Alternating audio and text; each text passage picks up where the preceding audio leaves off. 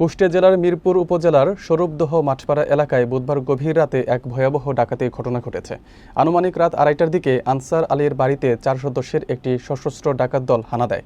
বিস্তারিত থাকছে মঞ্জুরুল ইসলামের প্রতিবেদনে।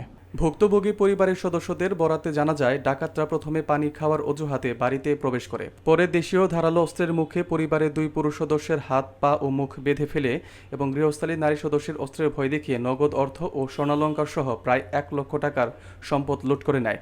বাড়ির মালিক আনসার আলী জানান, তিনি স্ত্রীর ডেলিভারি খরচের জন্য বাজারে ভুট্টা বিক্রি করে সদ্য 17,000 টাকা ঘরের বাক্সে রেখেছিলেন। ডাকাত দলের সদস্যদের সবাই মুখোশ পরিহিত ছিল এবং তারা অত্যন্ত সুকৌশলে ডাকাতি শেষে স্থান ত্যাগ করে। সাম্প্রতিক সময়ে এলাকায় একের পর এক ডাকাতির ঘটনায় স্বরূপদহ সহ আশপাশের এলাকায় চরম আতঙ্ক বিরাজ করছে। স্থানীয়দের অভিযোগ, প্রশাসনের টহল ও নজরদারির অভাবেই এমন ঘটনা ঘটছে।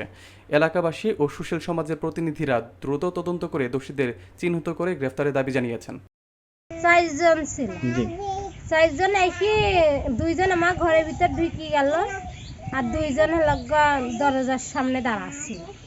দাঁড়াতে কি চোখ মুখ বাইন্দে বলছে শোকেস করলে বাক্স মাক্স সব খোল সুরান দিলাম। ওরাই সব মাইলো ওরা যা যেখানে ছিল সব নিল। আমার কানের দুল ছিল, দুলটা হাইসু দিয়ে কাইটে ওরা নিয়ে গিয়েছে। তোমার চাচাকে হাওয়া মাকে চেঁচা উঠলো, ওটা পরে বলছে কি যে আমি বলছি কি যে সে অসুস্থ মানুষ। আমার ছেলে বলছে কি ছেলে ভাতেন বাড়া বলছে কি যে সে কানে শোনে না, অসুস্থ মানুষ। তো বলছে ঘরে উঠে তো ঘরে তুলে গেল। ঘরে তুলে চোখের পর বলছে বয় এখন সিধাই বয় কোন বয় কোন বসলাম। আমার গায়ে উঠে গেল বাপ ঝড় উঠে বসা ওখানে ছুরি নিয়ে এমনি বসে থাকলে এই একদিন বসে থাকলে আমার ছেলেকে ঘরের মধ্যে দিয়ে হাত পা সব বাইন্ধে ফেলা দিয়ে। স্বরূপদহ মাঠের ভিতরে যে ডাকাতি হচ্ছে তার পাশেই আমার বাড়ি। আমরাও খুব আতঙ্কে আছি।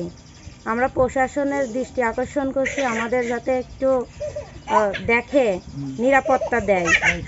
আমিও একটা প্রবাসী স্ত্রী।